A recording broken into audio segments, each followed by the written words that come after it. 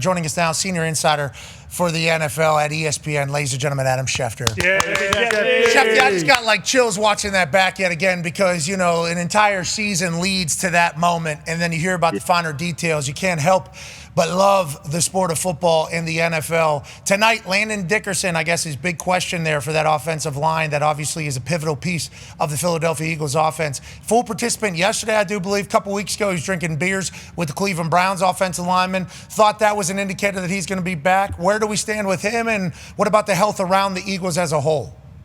Well, he's off the injury report. He's going to be out there tonight. I don't think there's any question out there tonight. It's amazing because if we go back to the night he was hurt in a practice at the Link. It was a late night practice, and everybody went down, and I remember Eagles fans being despondent, like they may have just lost this behemoth of an offensive lineman, maybe the best guard in all of football, to a season-ending knee injury. That was the fear at the time.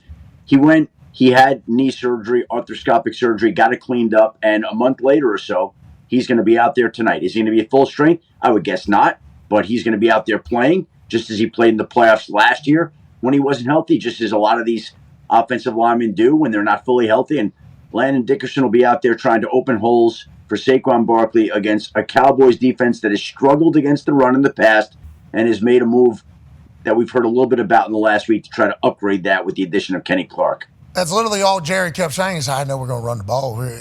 Playing against the Green Bay Packers, we're going to try to get the lead and we're going to run the ball. Okay, that's what we're going to try to do.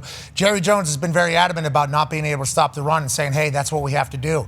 Eberflus, first year back. How's the defense responding to him behind the scenes, and what should we expect from Kenny Clark, who's probably highly motivated to make a great first impression here with how much he's kind of been cast aside? Yeah, well, I think that's where the Cowboys' hope is, right? That Matt Eberflus has done a really good job in the past with defenses, and he can come in and implement his scheme and his system, and you hope for the type of improvement that Dallas has been seeking. And again, when Jerry sat down after the Micah trade to explain his thinking on it, that was really one of the big takeaways, is that they felt like they really had to do something with their run defense. And it was interesting because they didn't really draft anybody in that area until I believe the 7th round. So if it was such a priority now, it should have probably been in April as well, and they didn't address it the way they wanted to or needed to in the draft. So by trading for Kenny Clark, they feel like they got a run stopper. And, of course, I think Matt Eberflus knows Nick Sirianni well. You guys would know this probably better than me. I'm guessing this off the top of my head. Weren't they both coordinators in Indianapolis at the same time together? Yeah, Frank Reich. Yeah. Sirianni and Eberflus. So they know the way that each other thinks pretty well. And Eberflus will be up to implementing his system, and it's up to him to make sure that this Dallas defense, which was really poor last year, is much better. And look, they've been worried about their run defense. They'll find out tonight because they're going up against a team that runs the football about as well as any in the league. Yeah, better than anybody in the history of the NFL. Most rush yards for an offense after Super Bowl. Obviously, you got to count the playoffs and everything like that in the history of the NFL for Saquon Barkley. And also, if you were to just account for Saquon Barkley's yards before contact last year, he would have been a top 5 rusher in the NFL. So saying that they got to stop the run is not just because they feel like that's a weakness for the team. That is also the strength of the team in their division, who is currently the Super Bowl champion. I remember stories from back in the day. Houston Texans took Mario Williams over Reggie Bush, and the GM, Charlie Casserly, he got fired. And he said the reason why he got fired is because he drafted Mario over Reggie Bush. But he said, Reggie Bush isn't tackling Peyton Manning. I'm trying to beat the Indianapolis Colts. I'm not trying to do anything else. I'm trying to win the division to get into the dance. So I got Mario instead of Reggie. And the fans didn't really care. They didn't want to hear that. But that is really how a lot of these people who are putting teams together think, is if we win our division, we're in the dance. We get in the dance, we're good. Who's at the top of our division? Oh, the best in the world. And they run the rock all over the place. I can respect Jerry Jones saying that. I think he could have got another one. I think he could have. I think he could have leaned. 3 at least. Yeah, I think he could have got a little lean on him at the very end. Hey, you give me one more one, this deal's done. But you say that, it's funny. I had somebody call me yesterday, and they're like, "You're going to tell me that Jerry Jones at the last moment had said to Green Bay, okay, you're giving us 2 ones at Kenny Clark. To close this out, we need another 3. We need another 3. Another one. Green Bay would. At that point, they would have thrown it in. Yes, definitely. I actually said the exact words this morning as I was in here. It was like, Jerry maybe has lost his fastball, because at the very end, everybody's happy. We're almost close to a deal getting done. And then it's like, second gets this thing done right now. Actually, another one gets this deal done right now. We're going to throw this away. Over a one. You guys got a deal done with Micah. You already got that figured out. We already got the other assets figured out. One more one, 3 years from now. That ain't going to be. Well, I don't know if they would have gotten 3 ones, Pat, but I think at that moment you make a request for one more pick. The way that somebody explained it to me was I would have asked for a third. And I think that that's plausible. You want to ask for something, but not a ridiculous amount.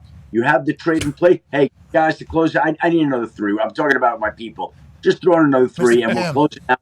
Mike is yours. Okay, so there was also a report that another team was involved. I think that was that you that reported that? I'm not 100% sure. And it was the Eagles. Howie calls in and goes, hey, heard you have a problem over there? Didn't know if you wanted to trade them in a division. Is that real? That's real. And, I reported this morning. Basically, the way I understand this is that the Eagles definitely were in on Micah. Now, again, I want to be very clear. I don't think the Dallas Cowboys ever were going to trade him. But that was not for a lack of effort from the Philadelphia Eagles. And there are a few things that I found really interesting about it. Number one, there are a lot of teams out there that say, look, we'd love Micah. We just can't afford it. We can't make it happen. Well, here's the Philadelphia Eagles who have paid Jalen Hurts, who have paid Saquon Barkley, who have paid A.J. Brown, who have paid Devontae Smith, who have paid people on their defense like Zach Bond. And they're saying, you know what?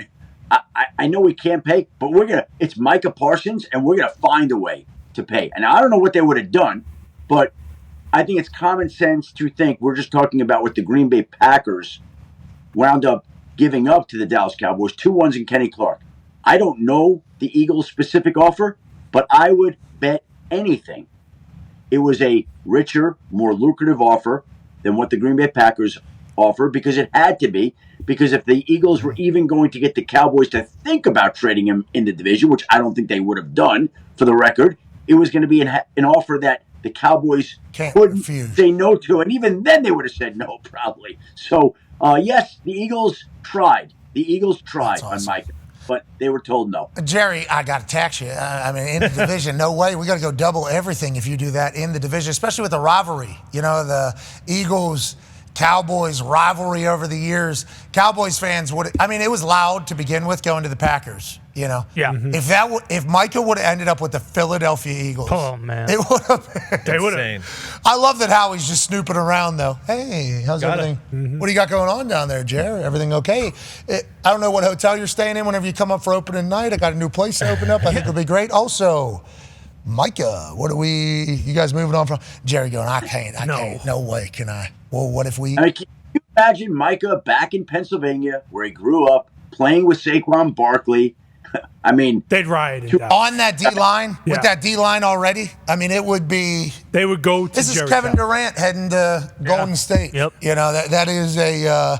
Because he would just be able to do whatever he wants on that defense. Him and Jalen Carter? Hey, we'll take care of everything else. He's not good against the run. Okay. Yeah, don't need him to That's be. not why you're here. You just kind of go do whatever you need to do. It is a...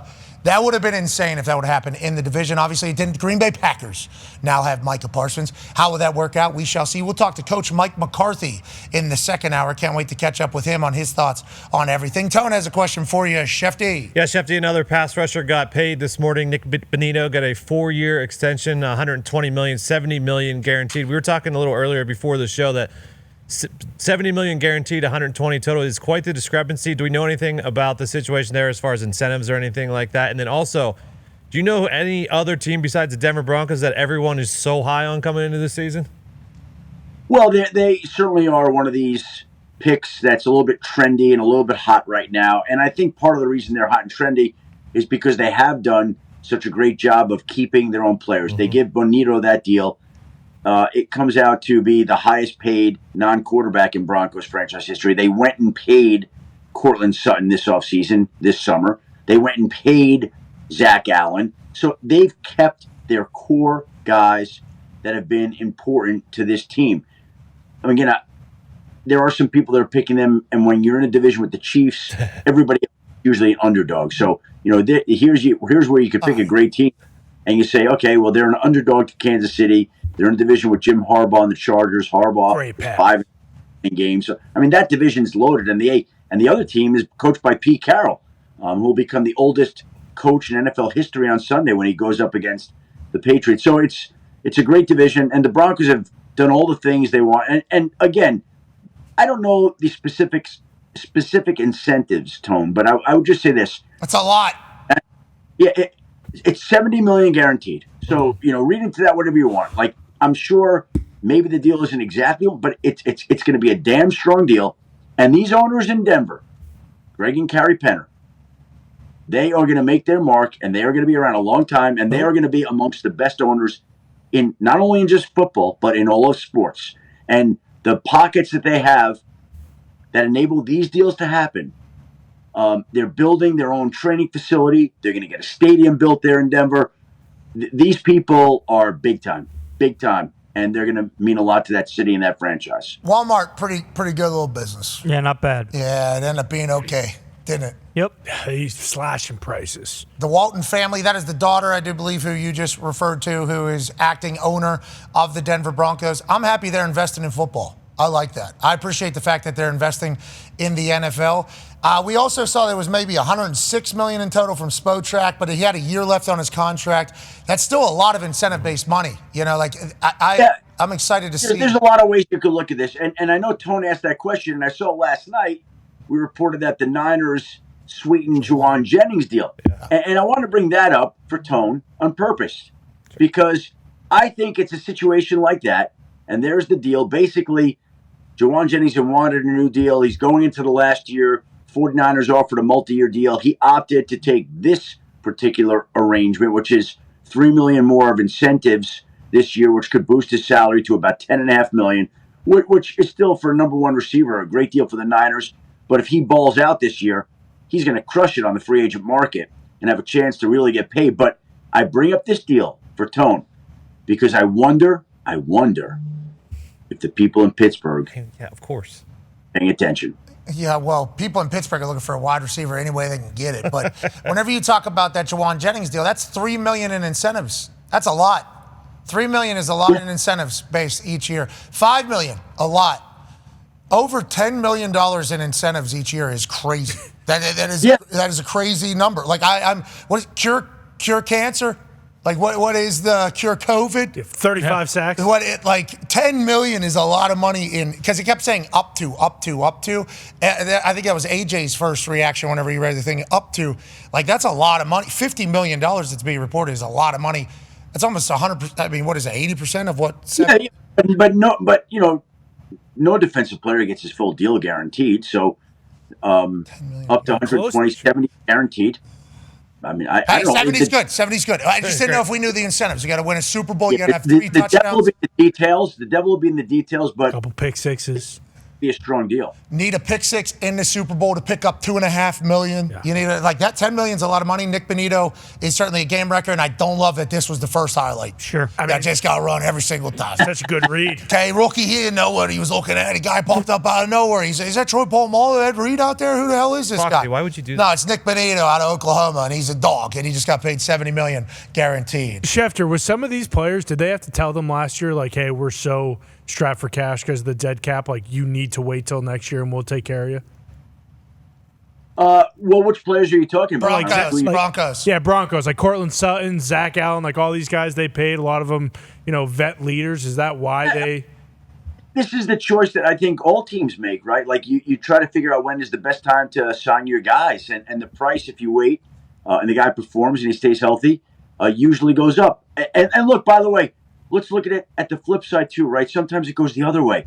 Elijah Vera-Tucker is going to be a free agent after year, and he tears his triceps in practice on Tuesday. It's not ideal. So now, when you're Elijah Vera-Tucker next year in the free agent market, you're probably going to have to sign a deal, a 1-year deal, and get back to that point, and then try to hit the free agent market again in 27. So sometimes it makes sense for players to wait. Sometimes it makes sense for players to sign an extension. Everybody's different. You have to factor in the player, their history, what the offer is. There's a lot of different factors at play. There's no simple answer to any of that. There's also, $60 million in dead cap for the Broncos last year, whatever. Yeah, because correct. And by the way, that's probably a big part of why they had to wait to pay these guys, because Russell Wilson was getting his lion's share of that. Now, and by the way, I think there's still money left over now this year on Russell Wilson. Yeah, like 32 million. Good question, though, Con Man. Yeah, I'm just Very trying to get good. to the bottom of the Very ball good. with that. Okay, let's talk about tomorrow. Chiefs Chargers. I heard there's bad practice field down there. These boys are trying to do a walkthrough down in Brazil, and they can't do it because the field's shit. It is absolute shite.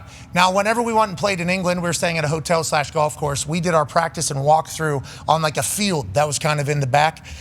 It was obviously not a desirable football field, but it was kind of like a park situation. And we weren't really going hard. I mean, it was just like kind of test out the legs a little bit. Let's move around.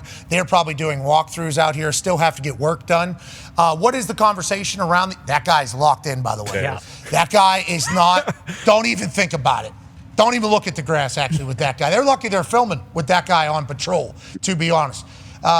What is the conversation about Brazil? How does everybody feel about how the game's going to go? Because obviously the track last year, a little slick during the game as well. Well, it's a repeat of last year is what it looks like. I would think that it should be and would be better this year. I have not gotten any firm reports about the field condition being an issue, but if there are early complaints, as you're saying, that's not an encouraging sign. That doesn't look great right there. But I think you understand that when you step outside of our country into one of these games, you just don't know what you're going to get, and the elements are different all the time. Remember the teams there last year, this year, they're told to just stay in the hotel. They don't want them leaving. They don't want any security concerns. They don't want any security risks. It's a strange thing, and I think week one is such a unpredictable, challenging week for so many people. And when you introduce a game like this, it becomes that much more challenging and difficult to navigate. But here you have two great teams where they have excelled and shined in spots like this. Andy Reid has been superior when he's given extensive time to prepare for an opponent the way he is in an opener with the Chargers. And Jim Harbaugh's 5-0 in opening day games in the NFL. He's done a great job getting his teams ready. So two AFC West juggernauts going at it in probably a little bit less than ideal conditions, but the league wants to continue to grow the sport all over the world. They were very pleased with the experiment in Brazil last year. They're back again this year, and I would imagine they'll keep going back there and keep growing the sport. I remember we were doing some business with DAZN, and they talked about countries that love the NFL that they have the international rights for. Brazil was always one of those countries that they were like, hey, they love the NFL down in Brazil. Last year, had a green team involved. That was a big conversation. Yep. This year, they said, we're not doing that again. Smart. Send a blue team down there, send a red team down there. Let's go ahead and get this all cleared up. We appreciate the fact that our game is being spread throughout the world. And shout out to the boys. They seem jovial over there. Here's Patrick Mahomes and Travis Kelce in their opening press conference from Brazil. We've had a plan for this all summer long, and now we're just ready to play football again. And Travis, what was last night like at the airport? Oh man, it was crazy. It was a lot of fun seeing all the fans there, and He had that one coming for telling everybody I didn't know where Brazil was on the map. There was a little geography conversation between Pat and Trav. Sounds like Good they're impersonation. jovial, and I think they get it too. Like, hey, we are the team. Mm-hmm. Like, World's the team. NFL is going to want to shop us. Yeah, the world's team in the kingdom. They are going to want to shop us around. They're going to want us to be on opening night. And if we're not on opening night because we didn't win, okay, we're going to create a Friday night game, and you're going to be playing down in Brazil, showcasing it to the world. I think they appreciate that honor and opportunity. Justin Herbert, Derwin James, Harbaugh and the boys out there. I'm excited to see if this is the year they all piece it together. That should be a fun Friday night. You bring up all these football stars, and they are football stars and football standouts. But when you take a step back and look at it, is there any bigger celebrity in the NFL right now than Travis Kelce? In all honesty, nobody. Like, I think his worldwide popularity right now exceeds Patrick Mahomes. Yeah, I would say so. Yeah. Which is crazy to think about because I think the reason why he was perfect for Taylor is because he was in Patrick Mahomes' shadow for so long. Like, tight ends don't care about being the star. Tight ends are literally offensive linemen. They're never going to be the one that is being promoted, which is why I thought he was perfect for Taylor. It's like he's not going to be scared that his lady is a lot more popular and powerful and influential and liked way more than he is because he's a tight end. Like, that's how that goes. So I thought that was all good. But now that you mention it, yeah, I do think he's probably more well-known. Yes. Well, especially if he's out on a date night anywhere in the world. Mm-hmm. Yeah, they're gonna be tracking him. Congrats, just kid from Cleveland. Yeah. Kid from Cleveland. I hope Mahomes doesn't mind. Oh, you think Patrick Mahomes is gonna be a little sour? I think there might be more worldwide interest in Travis Kelce than any NFL player. He has more Instagram. Travis has more Instagram followers. I don't know if But then if we start doing that, then we start getting into all the soccer players, and then nobody really matters. Dwayne Johnson, Dwayne Johnson. Remember that cricket player? Dwayne Johnson, yeah, super famous. What if we're talking about those two? Yeah, but as they grow the game, there was a thought maybe Australia, as somebody that did that trip, I think Australia would be great for the NFL. I think they would love our sport. I think it's a combination of both their sports that they like with a little bit more padding and everything like that. And a lot of Aussies have been doing American football because of the similarities to Aussie rules football with punting and how good it is to get into our sport. So definitely going to grow in popularity in Australia. How would that work? It's so far. It is so far. That's 16 hours from LA. You know, the one thing that I've learned with the NFL, like I went to Australia back in the late '90s when the Broncos were playing an exhibition game there against. Oh, this has happened before. You're saying, okay, got it. Oh yeah, no, they've done it. It was in the preseason. I went to Australia with the Broncos when I covered them back in the early '90s. They played a preseason game there. So look, here's the deal: if the league feels like it's worth its while and it's going to make enough money to go play a regular season game in Australia, it's going to go play a regular season game in Australia. And I would think that it's only a matter of time. The time difference, they'll figure it out. Maybe there's a bye on the back end. Maybe there's a Thursday night game the following week, or like they'll make it work so that it's doable if it's attractive enough and produces enough revenue. I would say nowhere's off limits, Pat. Nowhere. I understand. Okay? Worldwide. They're on the moon if they. Yeah, and they're going to try. They're going to try. I think we're going to get Elon's trying to get them up there to do a game, you know, at least to Mars in its entirety. If we could do more with Australia, I think that'd be good. Australia is a beautiful country. It is just so far. So far. It is so far. And the time zones are completely backwards. I mean, they're winter right now going into spring, okay? We're obviously summer going into fall here. Just everything completely backwards. I was a day ahead of everybody. I was letting them know what tomorrow looked like when I was talking to people back here in Indiana. So it's like figuring the logistics out would be crazy, but I think that country would be a great football fans. Now let's talk about the NFL a little bit with some more injury information. Go ahead, Con Man. Yeah, Schefty, CJ GJ got hurt during training camp, and I think we all assumed that he was going to be out for the year. It was reported as a very serious knee injury, and then you reported this week, I forget if it was yesterday or earlier in the week, that he's actually going to be playing on Sunday against the Rams. Is this another Wolverine blood situation when it comes to healing quickly, or did CJ GJ not have as serious of an injury, and is the rehab facilities at the Texans just better than everybody else? Well, first of all, I love that CJ GJ. Like, that is an awesome thing. It kind of flows off your tongue. CJ Yeah, GJ. I just invented it, brother. Put on a T-shirt, patent it. You should patent that right now. Okay. But when he went down with a knee injury in training camp, I believe it was Thursday, August 8th, off the top of my head. And there were some reports that he had torn his ACL. The team was concerned he tore his ACL, but that was never the injury. The injury was such that it just wasn't as bad as some people thought it was, and they always felt like there was a chance that he was going to be back in the opening game. And obviously a credit to CJ GJ that he made it back this quickly, but he's going to be out there for the first game of the season for the Texans. He'll be playing safety. I'm sure he's going to be starting, and he's going to be looking to make some plays against a tough Rams team. Schefty, I don't know how big the rock is that you live under so that you can do the job that you do, but I do appreciate it.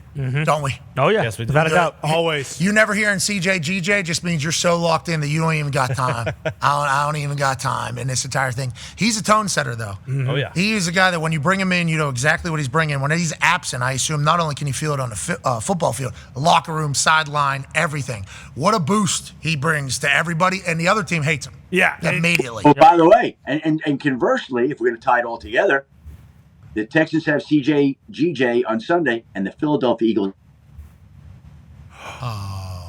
are like without CJ GJ. Oh, we caught the tail end. You froze there in the middle, but we still got the punchline. That's good news. I will like to see Vic Fangio's Philadelphia Eagles defense without CJ GJ. He was a beast. I'm pumped for tonight. What is your – we have another question, but like just as we're talking about the Eagles here, What is your feel for tonight? I think this can go both ways. I think this could be a very close game. Dallas Cowboys can pull a lot of motivation from being, hey, this is the dumbest America's team has ever looked, and yada, yada, yada. They haven't won.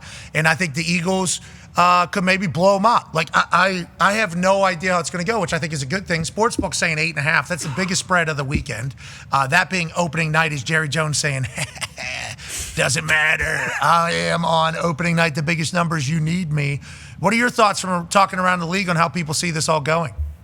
I think that opening weekend is always very difficult to predict. If we go back a year ago, I remember my father, I'll give him a little shout out, Jeff Schefter, telling me, are you kidding? I got my survivor figured out. The Cincinnati Bengals are a lock, and lo and behold, the New England Patriots go in and beat Cincinnati in Cincinnati. So the one thing about opening week is really these teams, there are some results that always come out and shock people. Now, maybe it's Dallas going into Philly tonight.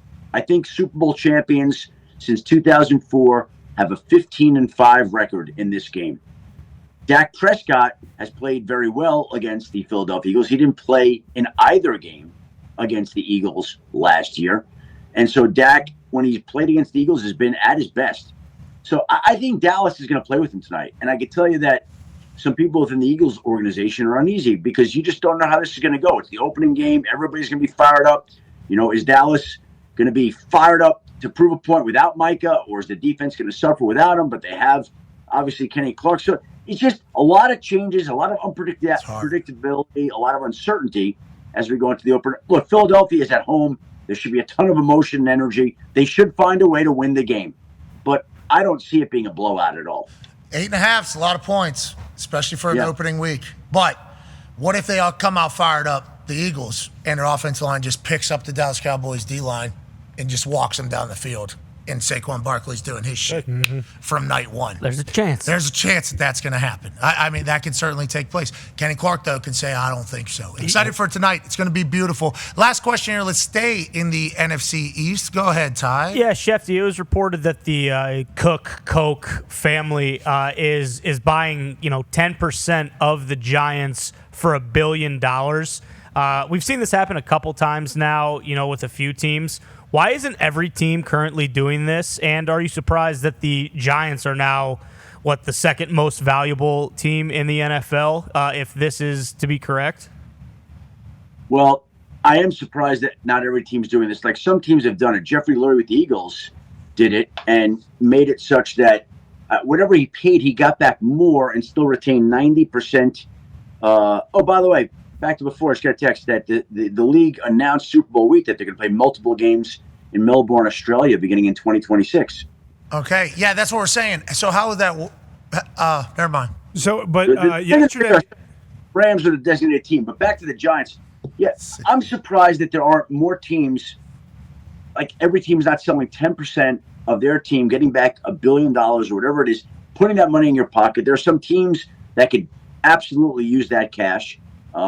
A number of them have done it. It seems like the sharper teams have done it, and they still control 90% of the team. So it's a no-brainer with some of these private equity deals and these companies that are now allowed to buy into the NFL. I don't know why more people aren't doing it. Yeah, as soon as they passed the rule that, you can take VC money. Exactly, and that was the confusion. No, is it? No, I'm serious. Whatever. Welcome to the NFL.